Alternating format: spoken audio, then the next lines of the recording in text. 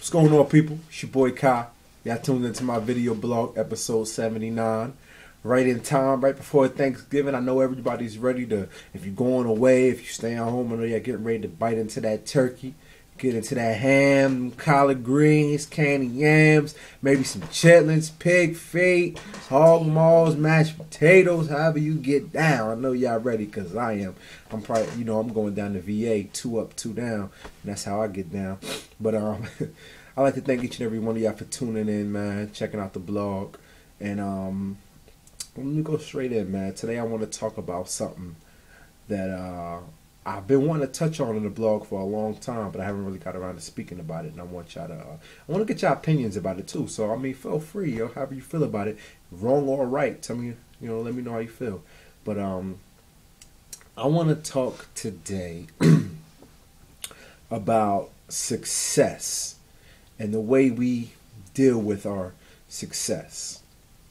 Now, if it's one thing that I don't like and I don't agree with, especially, I'm going to speak on African Americans because this is what I know best. If it's one thing that I really dislike, it's for African Americans that get success, that are blessed with success, whether it be through, academia or, just whatever profession they're in or whatever happens. I hate people that get the success. Not that I hate them. I don't hate them. But I don't like when they get this certain level of success and they take that success and they move out. Not just physically, because especially if you live in an urban area, there's nothing wrong with moving out to a safe area. When I say moving out, I mean your whole state of mind, your whole culture, your whole everything. I'll give you a perfect example. You could be somebody that, lived in a predominantly black neighborhood, that you don't have to be poor or ghetto. It's not nothing like that. But you could just be of a humble upbringing. And you find success. And you move out to a predominantly white neighborhood.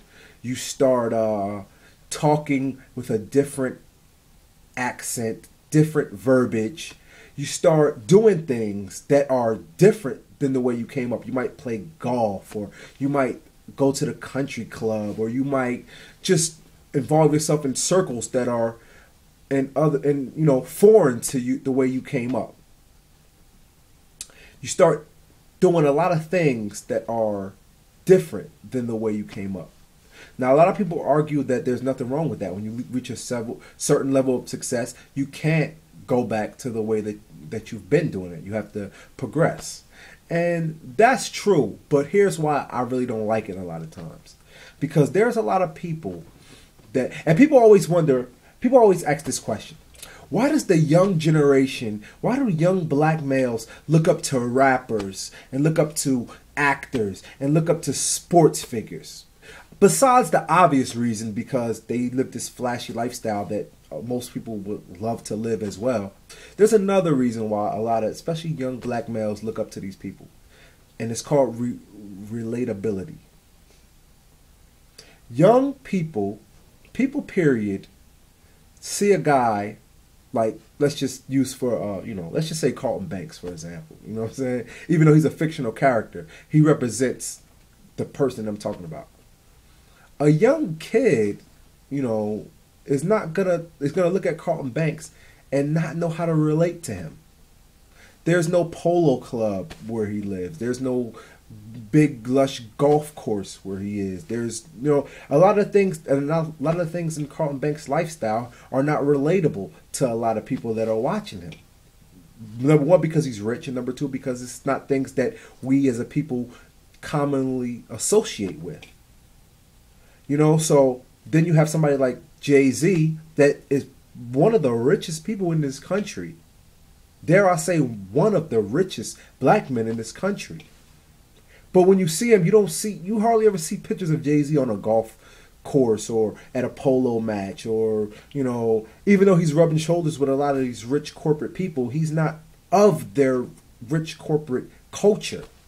That's why a lot of young black males can look at somebody like Jay-Z and say, I want to be like him. I like the way he maneuvers, because they can relate to him. They can see themselves doing it. Somebody like Carlton Banks, somebody can't, most people can't see themselves being like that. It's just not relatable. Same thing with Barack Obama. Barack Obama, a lot of people can relate to him. His story, the way he speaks. He speaks very properly, but he doesn't speak in a way that people feel like he's talking down to them or he's better than them. And his initiatives are to help people. And if you look at his story, a lot of things that he did, even though he went to Princeton and Harvard, he did some things that a lot of people look at like, oh, I can't do that. But if you look at the way he did it, it's relatable. He didn't have a wealthy family that funded it or anything like that. He did it in a way that you and I, anybody can do it. So this is my beef, man. My beef is with people that find success or are blessed with or offered success through their parents and privilege when they are not when they're not used to a certain lifestyle.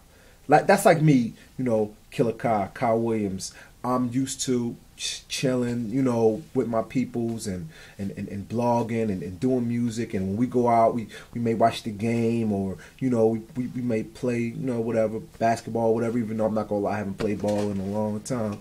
But, I'm used to doing humble, just regular, everyday things, If a little kid, or not even a little kid, if somebody my age saw me playing rugby or playing polo, or not even that, just doing things that are kind of, not like, wait, let me get it right, because I want to explain it in the best way possible, because I don't want to make it sound like I'm anti-elite or I'm against some of the activities and cultures that the elite do. So I'm not going to give examples because I don't want to seem like I'm against it. What I'm really trying to say is, when you find success, when you find yourself in a position where you are able to better yourself, don't alienate where you come from.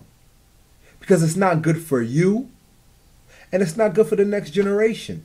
You want your people to be able to relate to you in a way that they can say, they are inspired to say, he did it. He comes from the same, upbringing and culture and society that I come from, and if he can do it, I can do it. But when you put these fronts, I guess, in their face of things that you're not accustomed to, it makes obstacles for them, and there's no relatability. So instead of looking up to the doctor or the whomever that has success, they look up to the people that they can feel more, they feel are more relatable to them in the way they live. So that's just my take on that, man. And I'm not really trying to offend nobody. I think everybody that finds success and that do it, whatever they do, if they find enjoyment in it, you should continue to do it. I'm not downplaying it, but I really do think that if you want more young people, if you're one of the ones that are complaining about young people not applying themselves to things that they should do and really kind of having their head in the sand, I think one of the best things you can do is make yourself more relatable to them. Make yourself more open to young people. Open yourself up to young people. It's too many people that walk around that talk about young kids and the way they behave, but then would walk past them in the street and, oh no, please don't talk to me. You can't be like that. One hand washes the other, both hands wash the face. If you want to make a better society and you want better things to go on, then it starts with you. And with that, this your boy, Killah, Do or Die, Blog 79, be right on Blog 80's doorstep. And I'll see you around a little bit. Oh yeah, check out my the little thing I did, Black Tino did with Nicki Minaj. Check out my man Me's new song is crazy. Check out Rob Real's new joint, and Election Day on the way. Holla back.